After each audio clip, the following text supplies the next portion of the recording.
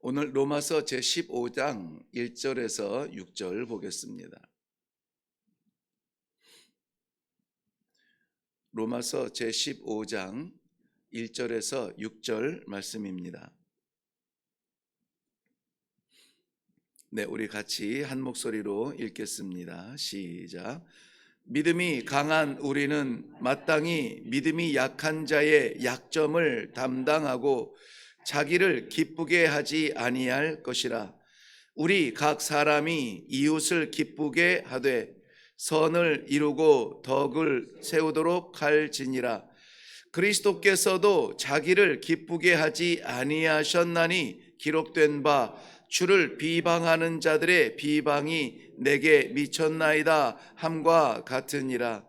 무엇이든지 전에 기록된 바는 우리의 교훈을 위하여 기록된 것이니 우리로 하여금 인내로 또는 성경의 위로로 소망을 가지게 함이라. 이제 인내와 위로의 하나님이 너희로 그리스도 예수를 본받아 서로 뜻이 같게 하여 주사 한 마음과 한 입으로 하나님 곧 우리 주 예수 그리스도의 아버지께 영광을 돌리게 하려 하노라. 아멘. 우리 먼저 기도하겠습니다.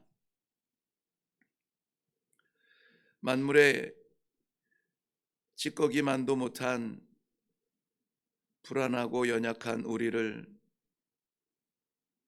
하나님의 그 무한 사랑으로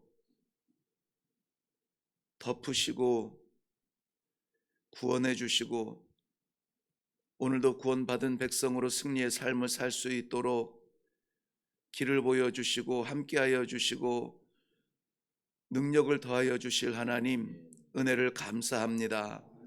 오늘도 살아가는 이 하루의 삶이 하루살이처럼 내 삶을 위하여 뛰지 아니하고 아무쪼록 허락하신 기회마다 하나님의 영광을 위하여 뛸 수 있는 귀한 쓰임받는 하나님의 백성들이 되게 하여 주시옵소서.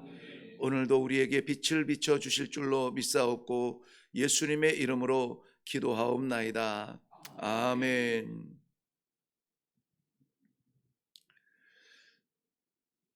저는 새벽 예배 강단에 서기 전에 앞에서 잠시 묵상을 하고 올라오는 시간이 있습니다.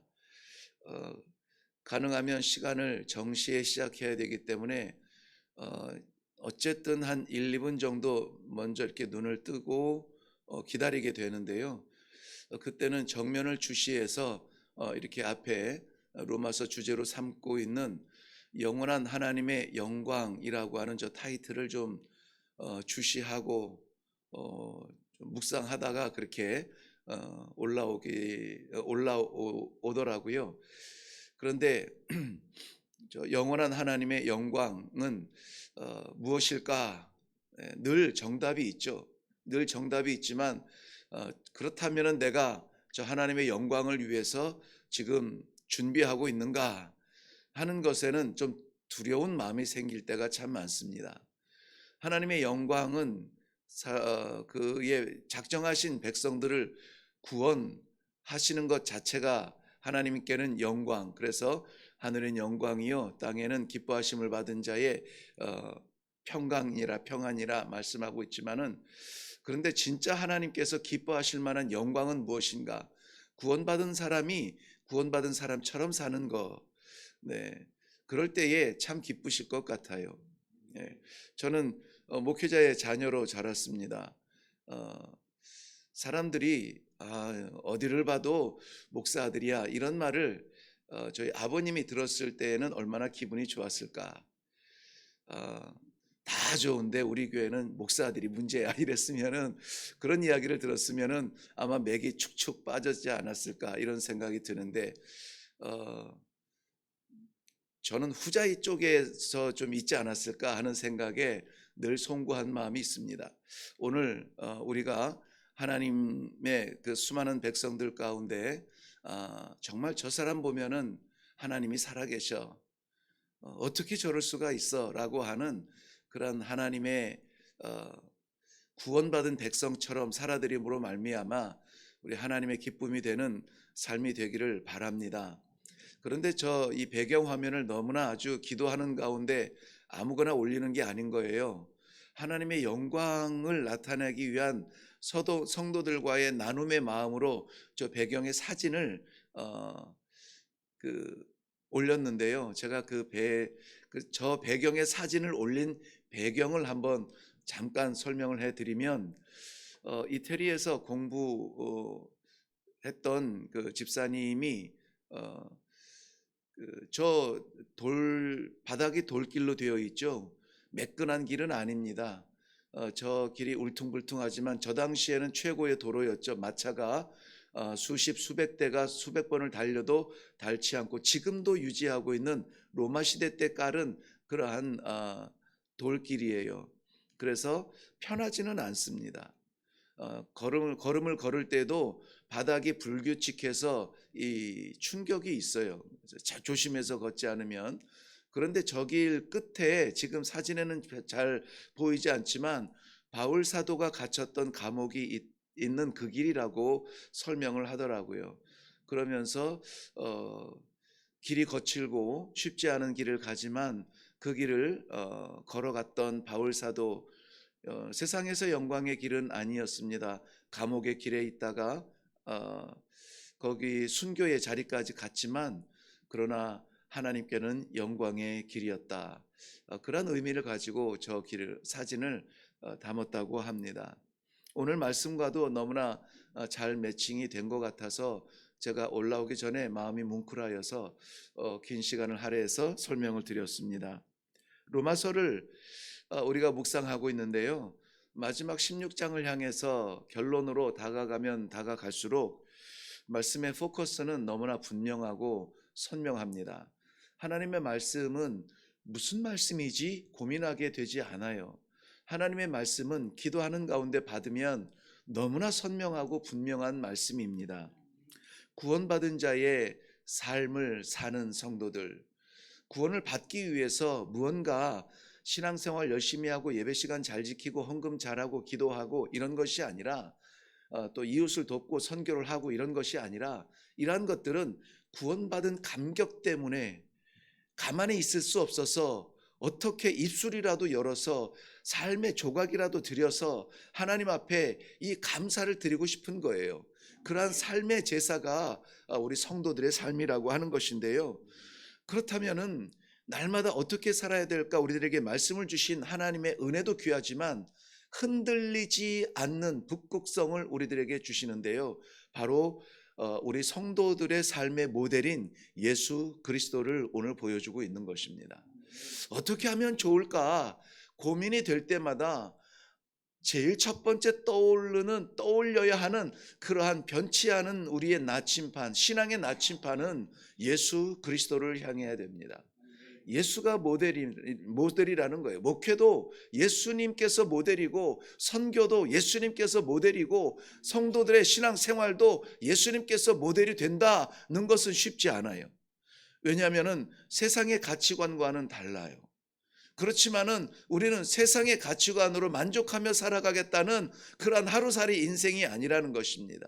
백년살이 인생이 아니라 영원한 삶을 살아가는 하나님의 영광의 구원받은 영광의 구원의 백성이라고 하는 이 사실이 감격이 되어질 때에 우리는 거침없이 예수님께서 가신 그 길을 걷겠다고 고백을 하게 되는 것입니다.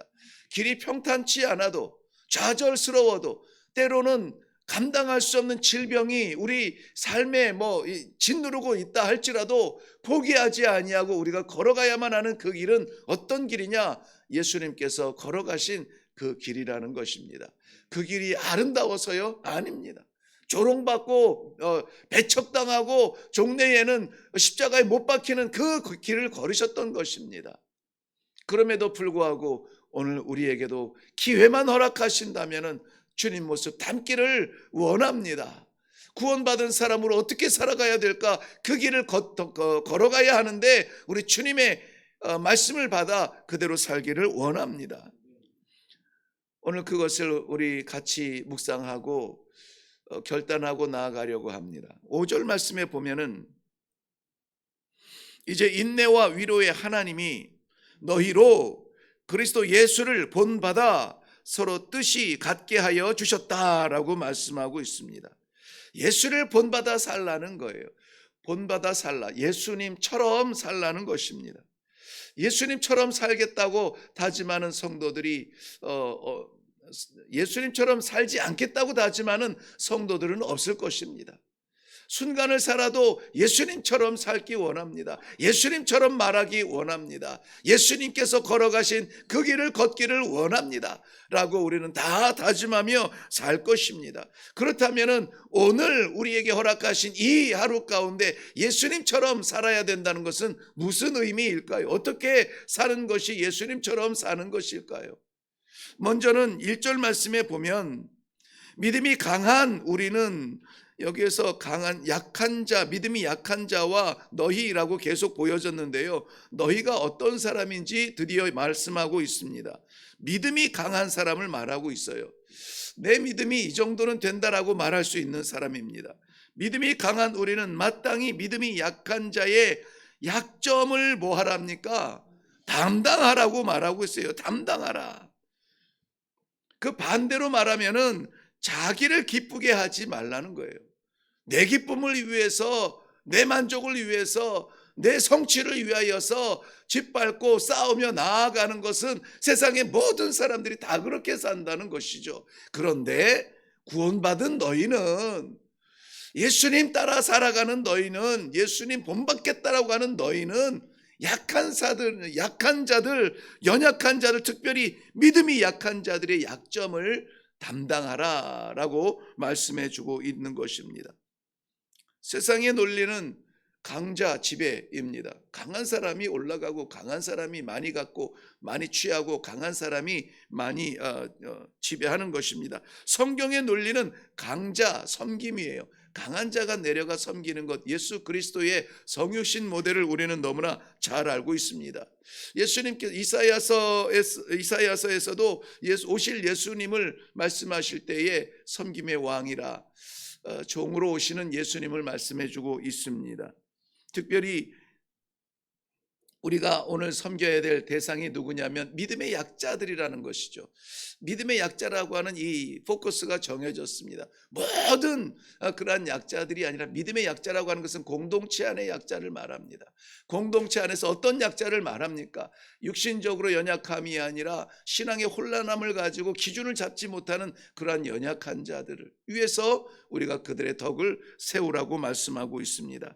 2절 말씀에 보면은 우리 각 사람이 이웃을 기쁘게 하되, 여기에도 이 1절 말씀 하반절에도 기쁘게 하라, 자기를 기쁘게 하지 말라는 것은 즉 약자를 기쁘게 하라는 것인데요, 기쁘게 하다, 2절에서도 기쁘게 하다. 그러므로 기쁨은 내가 누리는 게 기쁨이 아니라는 것이죠. 기쁨의 영향력을 드러내어서 약한 자가 기뻐야 되고 이웃이 기뻐야 되는 것이 우리 기쁨의 방향성이고 기준이라고 하는 것이 문자적이고 성경에 기록된 대로 말씀하면 그렇습니다. 우리가 각 사람이 이웃을 기쁘게 하되 선을 이루고 덕을 세우도록 할지니라 말씀하고 있습니다. 기쁘게 하라 하는 것은 말씀드린 것처럼 내가 기쁜 게 아니에요. 신앙생활하면서 내 기쁨이 없다고 실망하고 좌절하면 안 돼요. 내 기쁨이 아니라 나를 통하여서 누군가 기쁨을 회복한다면 잘하는 겁니다. 그게 성경적 질서고 오늘 기대하시는 것입니다. 이것은 내가 하나님 앞에서 이 기쁨이 회복됐습니다, 감사하는 것이 아니라 나를 통한 어떤 열매, 적극적 열매를 기대하시는 하나님의 마음을 채우라는 것입니다. 실질적으로 여기 2절에서는 우리 각 사람이 이웃을 기쁘게 하라고 했습니다. 약한 자에게 기쁨은 무언가 한번 강한 느낌이에요. 그럴 때 강할 수 있는 기회를 제공하는 것, 마치 배고픈 자에게 먹을 것을 주는 것, 헐벗은 자에게 옷을 주는 것, 외로운 자에게 손을 잡아주는 것, 이런 것들이 그들에게는 기쁨이 될 것입니다. 이런 것들은 상상 속에서는 나타나지 않아요. 아무리 옆 사람의 손을 머릿속으로 잡아보세요. 그 따뜻한 그 교류가 일어나는가 안 일어나는가? 절대 안 일어납니다.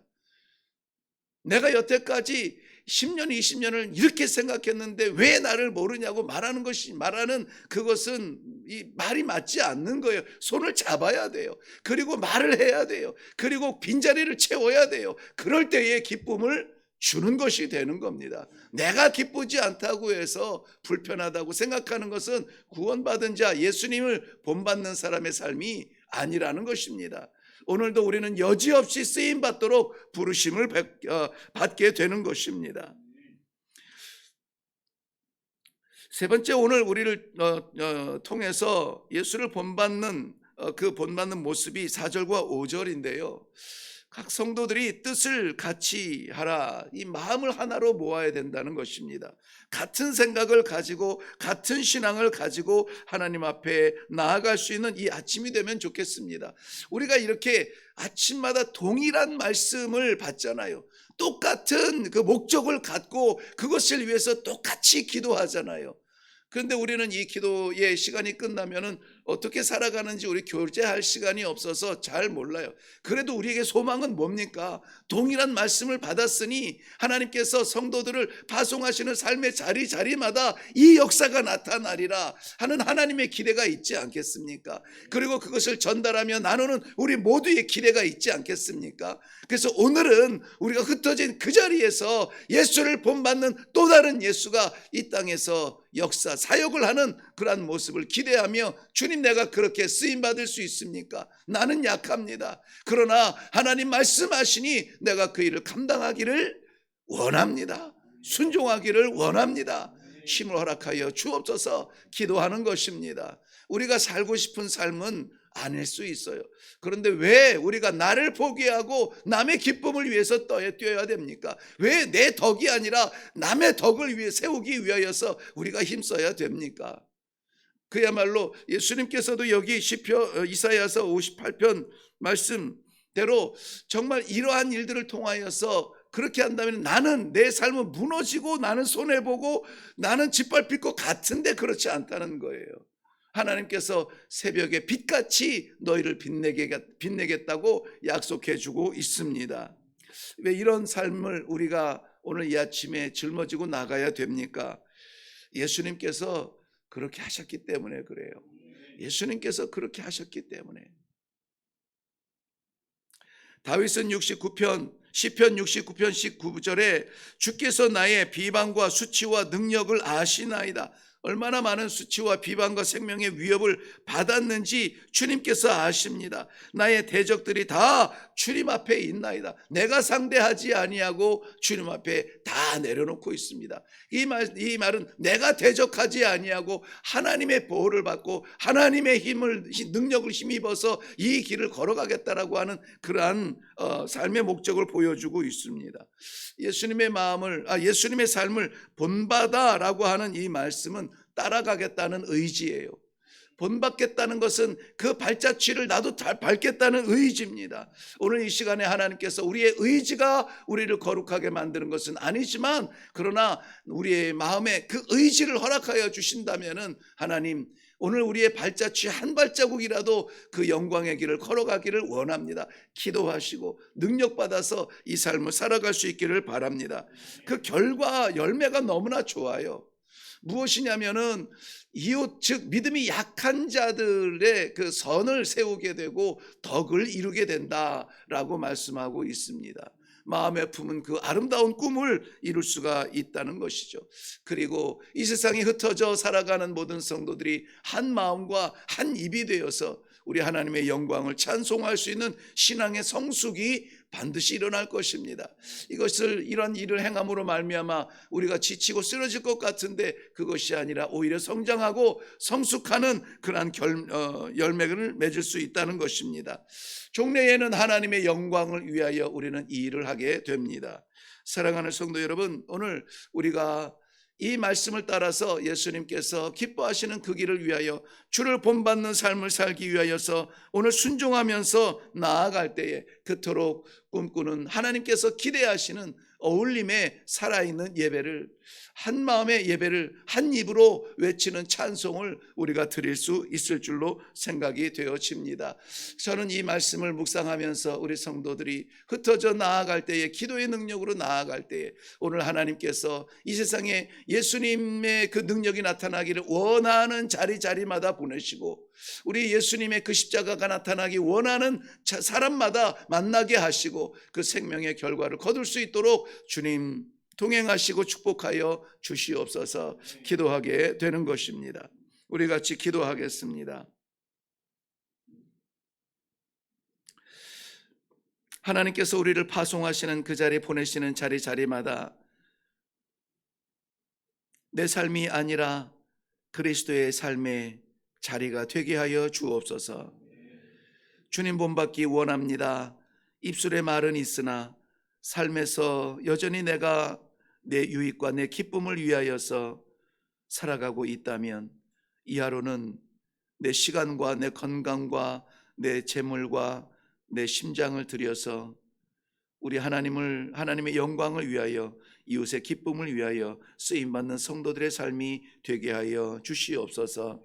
감사드립니다. 예수님의 이름으로 기도하옵나이다. 아멘.